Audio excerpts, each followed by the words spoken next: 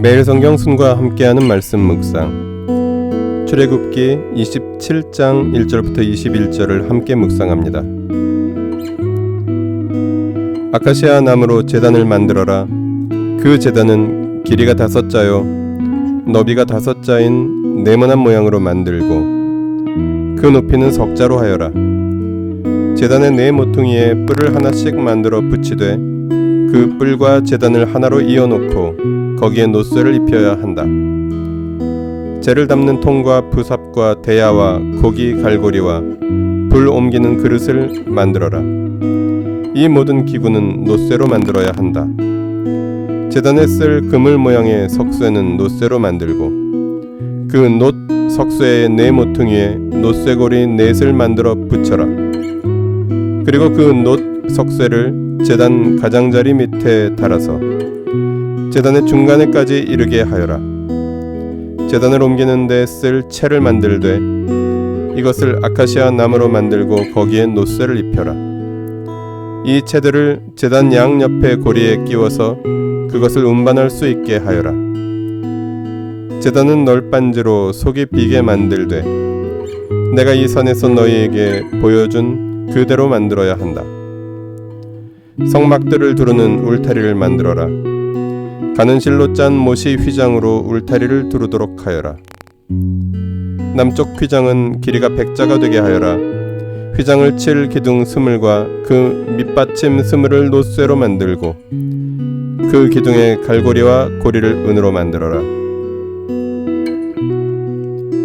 북쪽에도 마찬가지로 그 길이가 100자가 되는 휘장을 치고 기둥 스물과 밑받침 스물을 놋쇠로 만들고 그 기둥의 갈고리와 고리를 은으로 만들어라. 해지는 쪽인 서쪽 울타리에 칠 휘장의 길이는 50자로 하고 기둥 10개와 밑받침 10개를 만들어라. 해 뜨는 쪽인 동쪽 울타리도 그 길이를 50자로 하여라.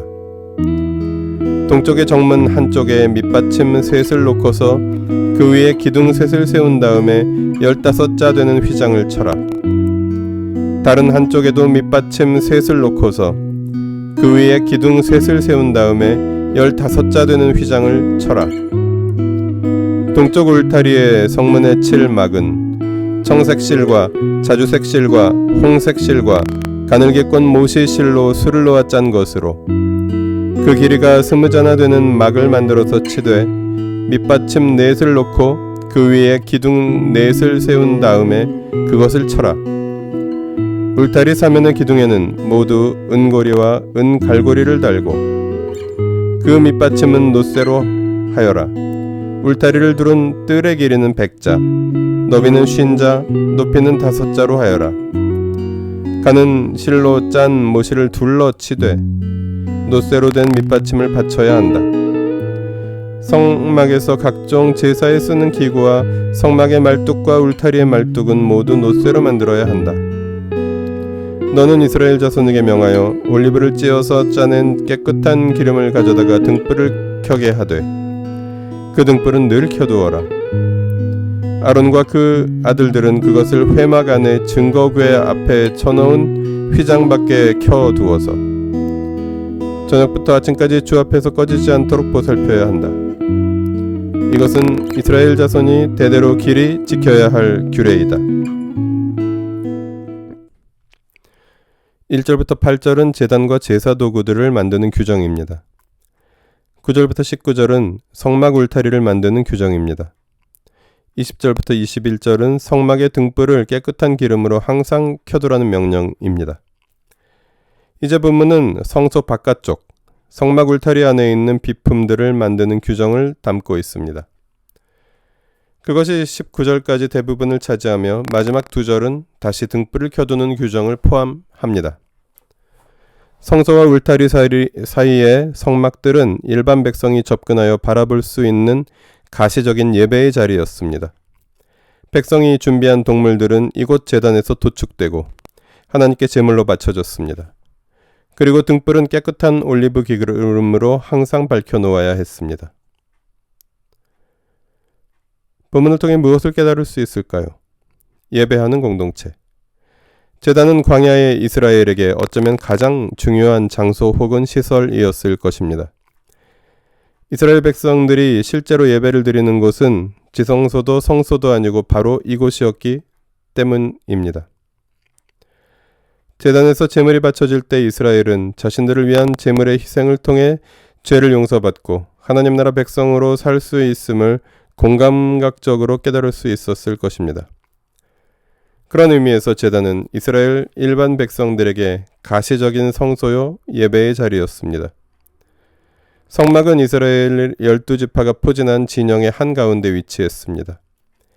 울타리를 통해 일상생활의 공간과 예배의 공간은 분리되어 하나님의 거룩하심이 공간적으로 강조되면서도 이스라엘 공동체의 삶의 한가운데에는 예배가 자리하고 있었습니다. 하나님 나라 백성은 예배하는 사람들, 교회는 하나님께 예배하는 공동체입니다.